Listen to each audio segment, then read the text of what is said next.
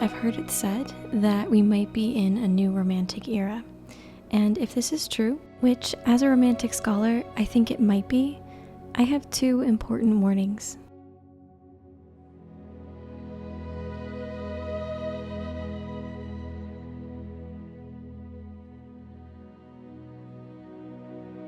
So in this video, I'm going to be working on a master's study, and it's a landscape from one of the Hudson River School artists. As I've been working on this, I've been thinking about this idea that we might be in a new romantic period. And of course, like for me, that's kind of exciting given I've studied the romantic period and I do see some of those patterns coming through nowadays.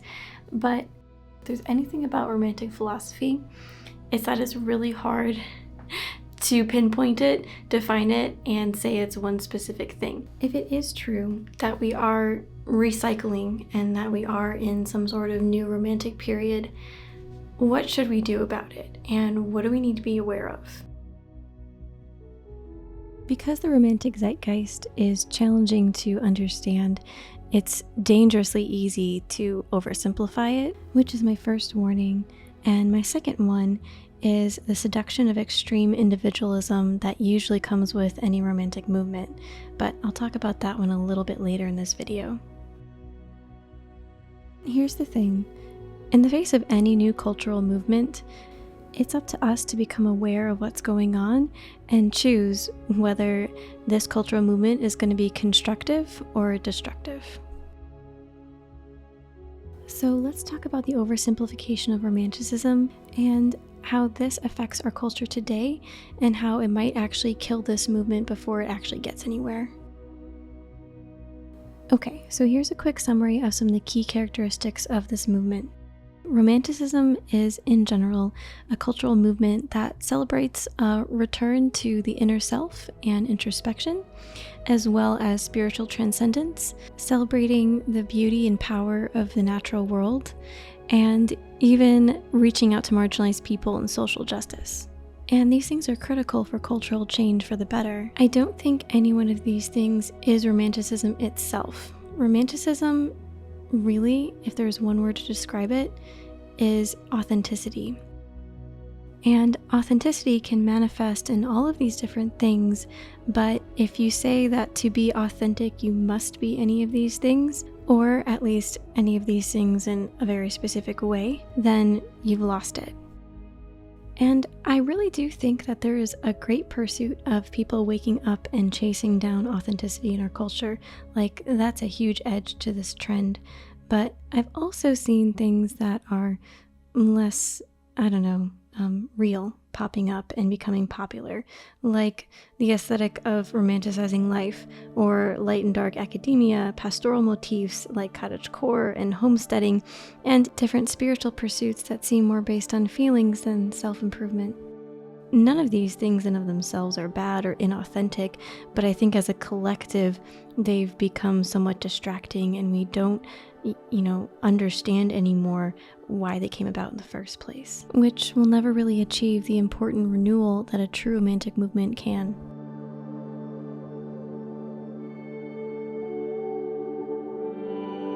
See, the romantic spirit is actually the spirit of revolution itself. If we look at patterns of potential romantic movements or prototypes of romantic movements, like say the Renaissance, even the Civil Rights Movement in the 60s, and then of course British Romanticism at the turn of the 18th century, we see this chaotic kind of renewal and pushback against a culture that has been stagnant and eaten up by ritual and very strict social expectation. And while our modern culture is pretty aware of these things, I think to some degree, we've been enacting them in ways I feel that have become inauthentic. And one area I think that we have kind of stagnated in is this deep-seated materialistic worldview, and we've kind of gotten away from the intangible humanness of the experience to be alive. There is this idea of the sublime, which sparks a lot of the romantic aesthetic in the 18th century and early 19th century. And the sublime is the deeply moving and even jarring feeling of witnessing something so vast that it's both dangerous and beautiful all at once. And this experience is meant to remind you of the awe and wonder that exists and shake you out of the mundane. It makes you feel small and helpless, but very much alive. It's a profound but natural experience that the Romantics used as a door or an inroad into understanding the grand perspective humans are simultaneously capable of seeing and being humbled by. It's a way into the Romantic concept of transcendence even. And transcendence really is just about being open to fresh insight and revelation and facing hard truths that are going to lead to breakthrough.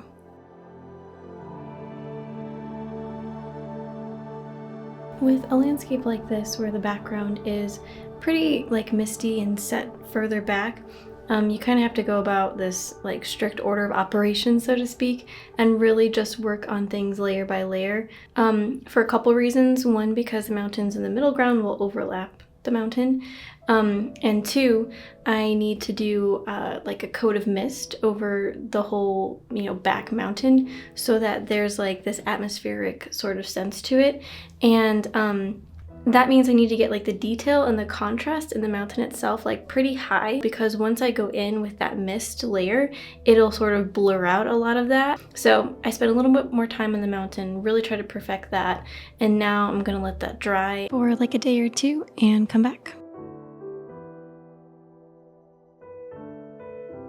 So, in addition to the first warning about oversimplifying Romanticism, I want to explore more deeply the second warning, which is extreme individualism, and I think this might be even more important.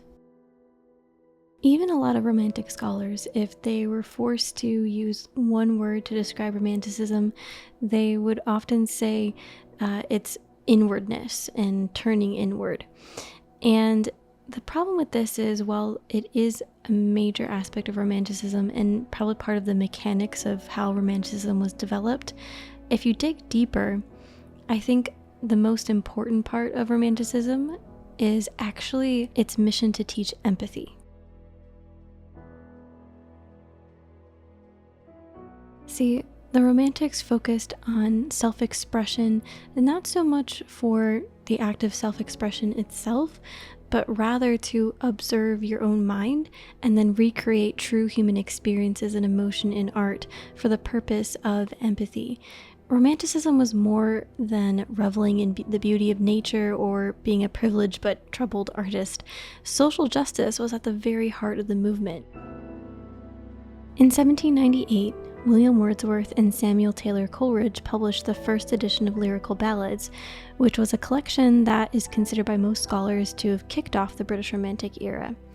These poems are filled with all kinds of surprising subjects and techniques, from using ordinary language in poetry, which was unheard of before, to describing with sympathy the plights of impoverished people or social outcasts like unwed mothers, or people even with mental or physical disorders. And other poets began to destigmatize the strangeness and struggle of the human mind in relatable and powerful poetic imagery.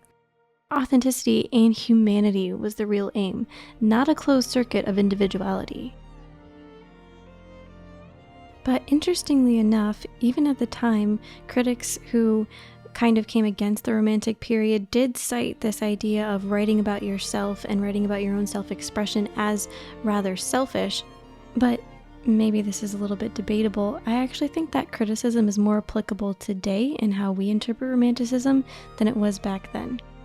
So I think there's a strong cultural sense in today's art world that we do prize art for the sake of expression without caring so much how it will be received. And while I think there's a lot to be said for this movement, and it brought in a lot of refreshing chaos and surprising aesthetic trends, I don't think there's been enough balance and criticism of it. I think that the throne of individualism is kind of the least critiqued idea in our culture right now.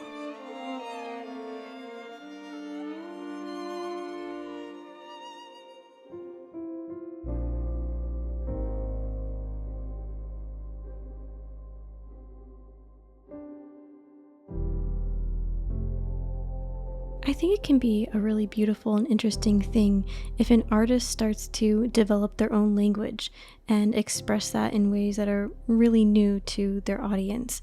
But if every artist only speaks their own language and there's never any overlap or common ground, I think it'll become a confusing and ugly cacophony of noise with no clear direction, no sense of human connection or respect for one another.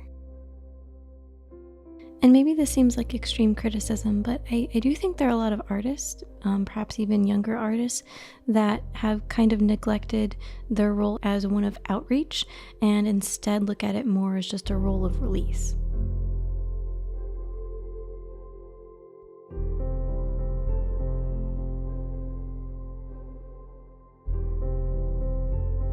As I'm working, I think one of my favorite little things is when I'm shooting my painting and I'm in a close-up or something and working on a detail. I love how when I can see through the camera screen, that it almost looks like a window into a real three-dimensional place. And to me, that's I know I'm doing my job and I know the painting is going where it needs to go. In an ironic parallel to artists' obsessions with self-expression, I think that audiences and viewers who consume art are also encouraged to put their own feelings and their own interpretation of that art above the artist's intention.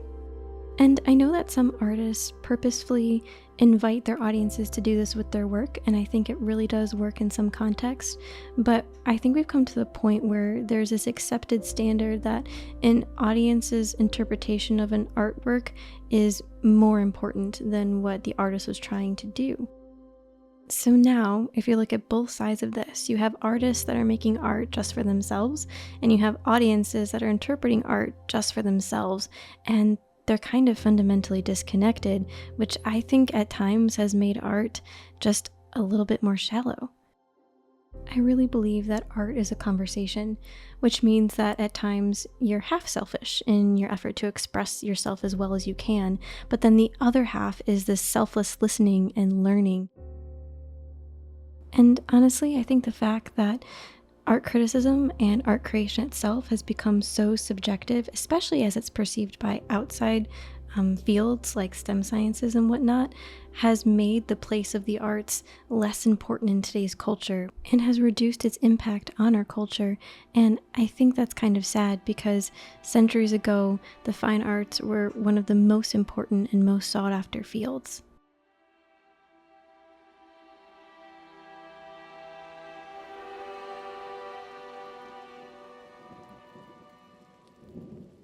So I'm actually almost done. Mostly just working on the water reflections today and a little bit of foreground that I have here. And it's kind of interesting the way that they include foregrounds with the Hudson River School and other 19th century landscapes. They seem to just include this layer that's closest to the viewer. I guess it's their way of giving depth because they could just as easily not even have that part in there and just kind of have it more open. But I feel like that's more of a modern framing, whereas the older paintings seem to really want to ground you in a certain way, even though the whole paintings are, they're usually very atmospheric. There's always this grounding factor, which I think is really interesting, and I actually kind of like that more than more contemporary framing where you might just have the water bleed off and no real foreground.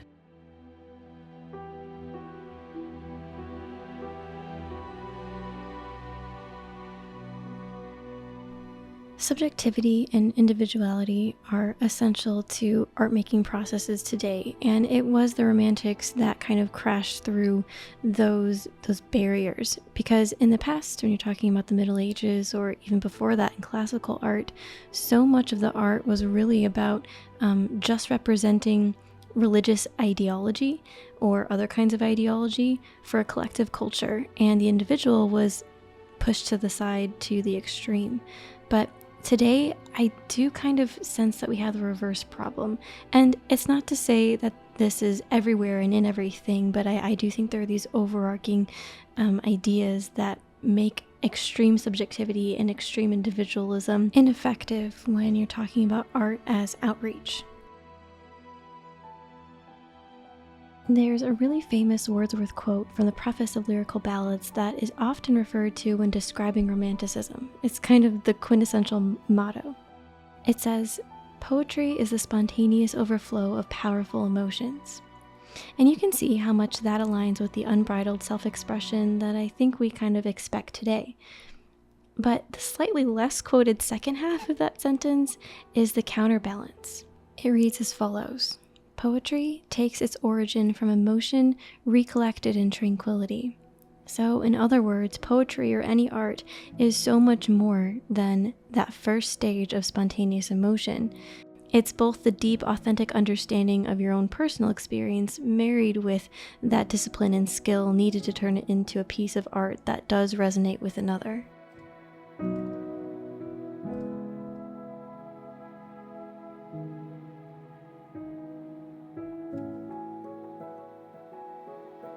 But even as I did a little research for this video and started to get a collective pulse on how artists and critics and even pop culture commentators felt about this possible new era of romantic culture, I noticed that pretty much everyone who's aware of this trend still is coming to the same conclusion that we need to get back to a movement of self-expression and undisciplined creativity. But as I've argued, that's only half of the romantic story.